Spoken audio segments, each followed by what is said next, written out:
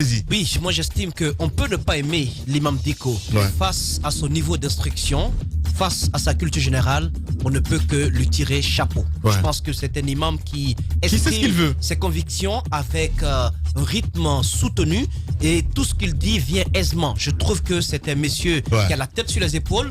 Et je rappelle quand même que c'est en Arabie Saoudite qu'il a étudié. Mais tu l'as posé quand même des questions, Moussa, ce qui concerne le côté politique. Mais auquel il a répondu avec un calme déconcertant, Lamine Guirassy. Je trouve que, contrairement à ce que les médias occidentaux nous rapportent, contrairement au racolage sur l'imam Dicko, c'est un homme qu'il faut approcher pour mieux le connaître. Il n'est pas du tout, il ne répond pas du tout au qualificatif que l'Occident lui colle. Il est soucieux du devenir de son peuple, il est soucieux du devenir du Mali. Vous avez entendu quand il a parlé des mouvements de foule dans la rue, il dit que son souhait, c'est qu'aucune goutte de sang ne soit versée. Et jusqu'à ce jour, une manifestation de cette taille, les deux d'ailleurs, il n'y a pas eu, j'ai pas entendu parler de casse, j'ai pas entendu parler de blessés, encore moins de morts. Je pense que c'est un acte à mettre à son actif.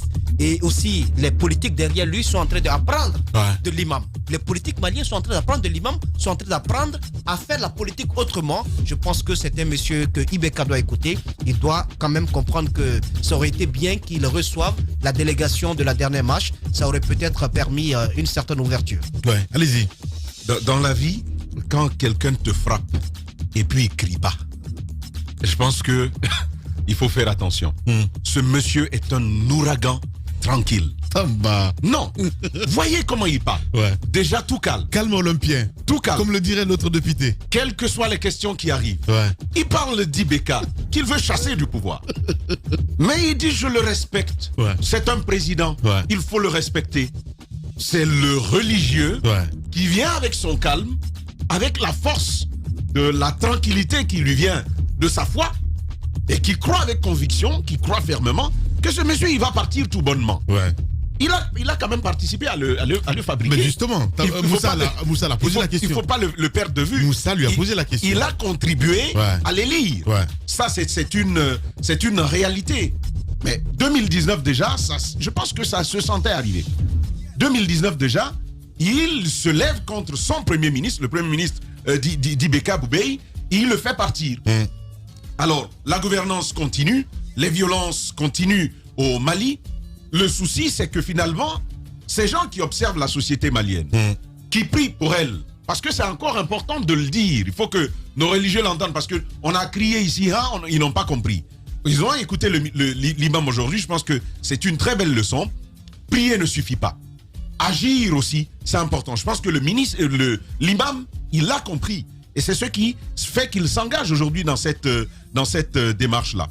Le Mali est en train de se découdre. Qu'est-ce qu'il faut faire en tant qu'acteur majeur de la société? Je pense que l'imam prend ses responsabilités. On peut dire ce que l'on veut, mais le Mali se présente aujourd'hui pour l'imam comme un des pays qui présente aujourd'hui le moins de réponses aux nombreux problèmes qui se posent à la gouvernance. Ce qui est revenu plusieurs fois, évidemment, c'est la CEDEAO, c'est cette communauté. J'ai l'impression qu'il n'a pas confiance, parce qu'il dit c'est une association. C'est un monsieur cohérent. C'est un monsieur cohérent qui ne perd pas de vue que ces gens, ces présidents, sont liés par leurs intérêts. Tu vas aller dire à ton ami quitte, quand ça va être ton tour, lui, qu'est-ce qu'il va venir te dire? Donc, il y a cette solidarité dans laquelle ils se meuvent et ils se protègent les uns les autres. C'est un club finalement de copains comme ça que le ministre, que l'imam est en train de combattre. Moi, je suis bluffé. Je l'ai suivi depuis plusieurs moments déjà. Mais encore une fois, nous avons la preuve que le religieux peut servir à la fin. Je ne dis pas à la politique, mais à la finalité de la politique. Parce que c'est de cela qu'il s'agit. Exiger à un certain moment que l'on nous respecte. C'est venu. Et il n'oublie pas de mentionner le glorieux passé du Mali. Le Mali, avec toute son histoire glorieuse que vous connaissez, ces grands rois. Non mais, c'était bon de l'avoir ce matin. J'espère que ça va inspirer. Ces propos vont inspirer plusieurs. Tous ceux qui se lèvent et qui se battent, je pense que la plus grande leçon aujourd'hui, contre nos opposants, la plus grande leçon, c'est de dire à tous les opposants qu'on peut mener un combat fort, rigoureux, sans insulter. C'est bien possible. C'est bien possible. Allez-y. la maturité, c'est très important. Absolument. Voilà. Parce que, allez-y. Oui, on pense que celui qui insulte, c'est lui l'homme. Non, pas du tout. Première des choses, je suis entièrement d'accord avec lui quand il dit nous sommes imams, nous sommes religieux, mais nous avons le même peuple en partage avec les politiques. Je crois, moi je l'ai dit ici une fois lorsque il y avait crise en Guinée, puis nos religieux croisaient les bras, ils ont attendu que les violences commencent avant de faire des déclarations. Vous ne pouvez pas vous contenter seulement de diriger les prières à l'église et à la mosquée. Si votre peuple ne mange pas bien, si votre peuple n'est pas en sécurité, vous avez le droit d'exiger des réponses des politiques. Je pense que ça c'est faisable et l'imam est en train de le montrer. Il n'est pas le premier à l'avoir fait. Il y a d'autres qui l'ont fait dans certains pays comme l'Afrique du Sud. On a pu, n'est-ce pas, le voir. Maintenant, l'autre chose qui me réjouit un peu dans sa communication, c'est qu'il ne ferme pas la porte.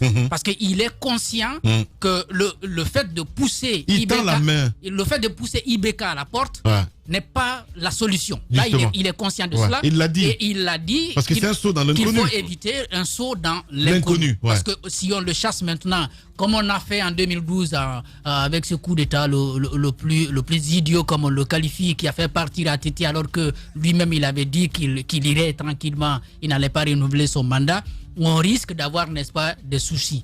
Maintenant, la seule question qui reste posée, en qui ce M5 a finalement confiance. Parce que si à l'interne, on ne peut pas avoir de médiation. C'est peut-être l'autre question qu'il fallait poser, à savoir, leader politique demain ou demain, président de la République, ça c'est une autre question. Oui, ça c'est peut-être pour ceux qui le concernent principalement. Mais avant d'en arriver là, il faut d'abord sortir de la crise. Mais il faut qu'il y ait une médiation. Et finalement, si on n'a pas confiance à la CEDEAO, à l'interne, on ne parvient pas encore à trouver quelqu'un de consensuel qui peut diriger les débats. Il y a une question fondamentale qui reste posée et je pense qu'il va falloir que les protagonistes puissent commencer. Parce qu'il faut commencer pour voir vers où on va finir. Allez-y, Tambak, pour clore. Alors, ce bout du propos de Jacques est important à plusieurs égards. Le Mali, vous avez la Libye à côté. Le Mali, vous avez le Niger à côté. La Libye, vous savez ce qu'il en est. Justement, très prudent sur la question, en tout cas, que Moussa a posée sur les Français et tout ça.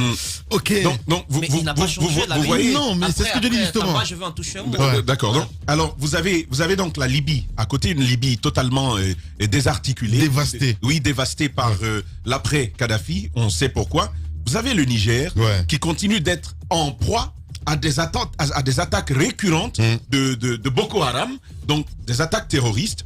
Vous avez de l'autre côté le Tchad où depuis plusieurs années, Idriss Déby Itno mène un véritable combat contre, j'ai envie de dire... Il allait même sur le terrain, j'ai vu les images. Donc c'est vraiment un Sahel déstabilisé que vous avez autour du Mali. D'ailleurs, Sahel auquel participe le Mali. L'organisation sous-régionale peine à avoir de l'élan.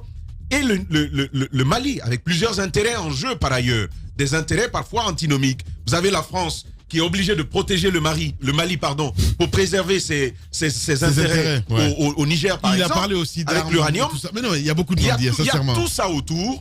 Et donc, la question, elle est entière au Mali. On peut chasser IBK. Quelle va être la suite? Qui va venir et dans combien de temps? Sachant surtout que tout le nord une grande partie du nord Mali est occupée aux mains des djihadistes.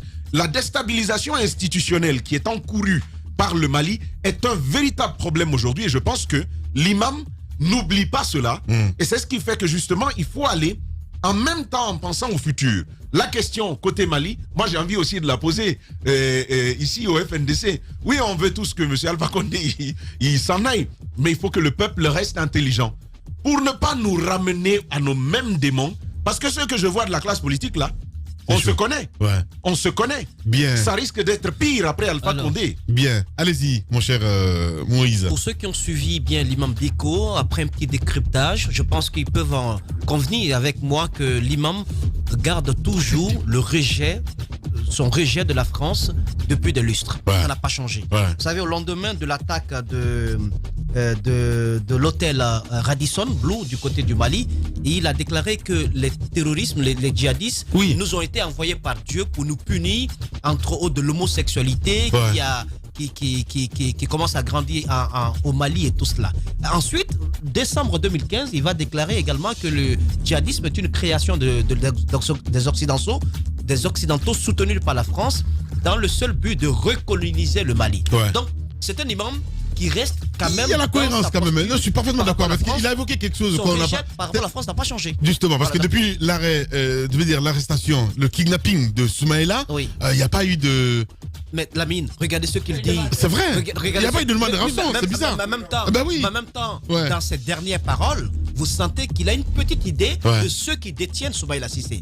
Parce qu'il dit qu'il ne peut pas s'engager lui-même à aller faire des négociations si derrière l'État n'est pas là. Effectivement. Parce qu'en retour, ceux qui détiennent Soumaïla Cissé en retour, ils vont certainement demander quelque chose. Mais quelle est la force, le pouvoir qu'il a en tant que personnalité publique pour dire à ses ravisseurs-là, tenez, moi je peux en retour vous donner cela. C'est l'État malien qui peut prendre les engagements. Je trouve que sur ce compte-là, il a parfaitement raison. Il appartient à Ibeka de mettre les pieds de l'imam Diko dans les étriers afin qu'il puisse aller négocier la libération de Soumaïla Cissé. Allez, c'est comme ça, on se quitte.